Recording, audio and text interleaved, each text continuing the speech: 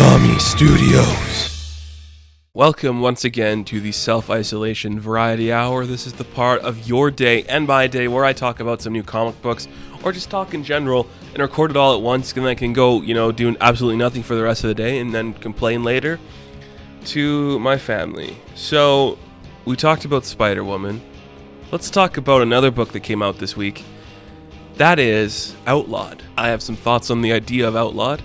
I think when it was first announced, it gave a lot of people the wrong perception of what the book was going to be. A lot of people thought it was going to be Civil War for the younger generation, and it wasn't. To say the least, this book was okay. It sets up the status quo that we're going to see for a lot of the younger characters going forward, but the book is pretty much just read this, you'll know what's happening in the next Champions, in the next Power Pack, the next New Warriors, and so on and so forth.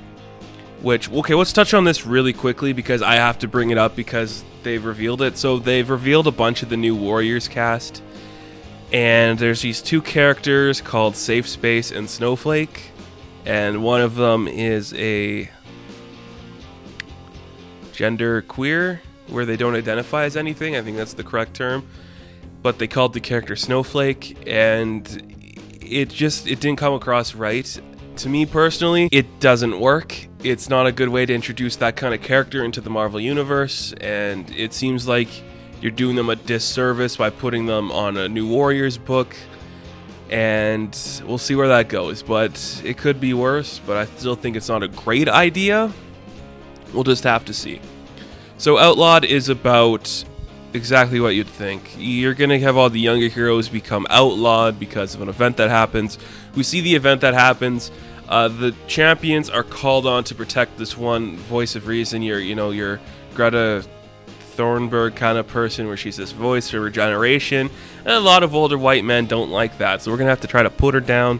But what happens while we're protecting her is a huge dragon attacks the place they're at. What?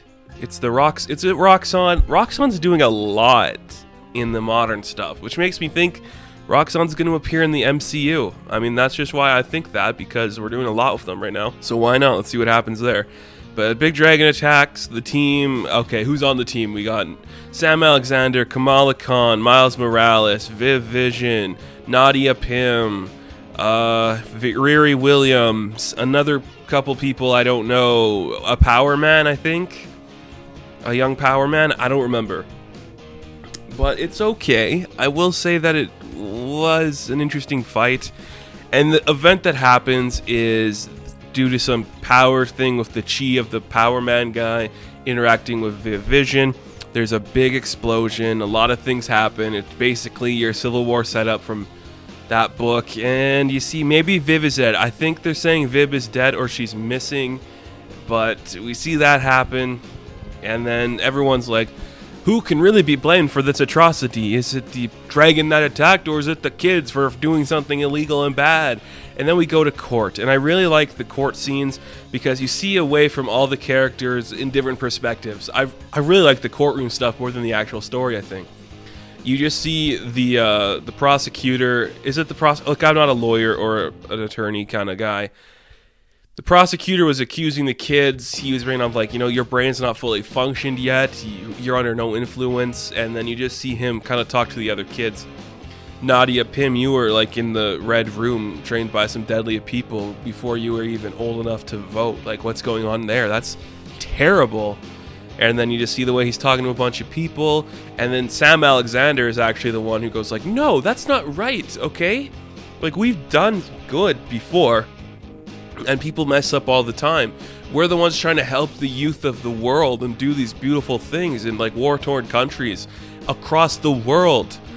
We need to do that. And if Miss Marvel was here, she'd tell you that too. And Miss Marvel's not in the courtroom because, wow, man, I love that the law that is passed is the Kamala law. I think that's a great name. It's really going to affect Kamala Khan going forward. And we're just going to have to see how that plays out. But I can't wait to see what happens with Miss Marvel now. I've really come around on that character in the last couple of months, so I'm really liking what they've done with her here. And how is that going to affect her? That's probably one of the things that excites me too about this book, is how is that going to affect Kamala Khan going forward? I mean, I really don't have that much more to say about Outlawed. It sets up the future that's going to come. You're going to get your moments from all the characters. You're going to see the Bannon effect, and then, it's going to get annoying. They're going to really, really get annoying. Man, that new Warriors book is going to be something, isn't it? That's going to be something weird.